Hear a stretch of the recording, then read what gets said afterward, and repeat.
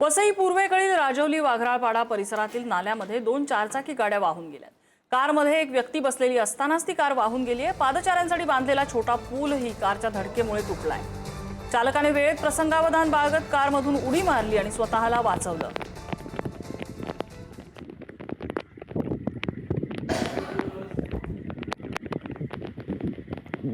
दृश्य आपण बघतोय, इथे एवढं वेगात पाणी वाहत होतं की चारचाकी गाडी चक्क या पाण्यामध्ये वाहून गेली। नाल्यामध्ये 2 गाड्या वाहून गेलेल्या आहेत। विपुल पाटील आपल्याला अपडेट देत आहेत। विपुल, सध्या या वाहनामध्ये जो अडकलेला चालक होता त्याची काय परिस्थिती आहे, त्याला वाचवण्यात आलंय का? नक्कीच सकाळपासून वसई शहरामध्ये मुसळधार पाऊस पडत आहे। शहरातील सखल भागाचे पाण्याखाली गेलेले आहेत।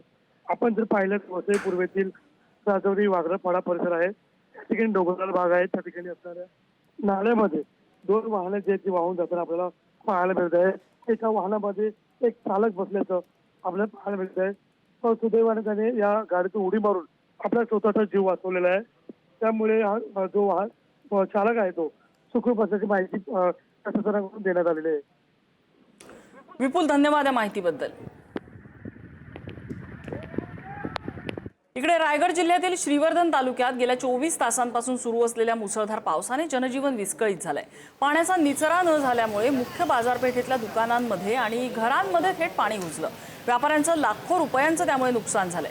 दुसरीकडे अरबी समुद्राला उधाण आल्यामुळे उंच लाटा किनाऱ्यावर धडकतायत। खबरदारी म्हणून प्रशासनाने पर्यटकांना समुद्र किनाऱ्यावर जायला बंदी घातली आहे। पुढच्या 48 तासांसाठी इथे अतिवृष्टीचा इशारा देण्यात आलाय।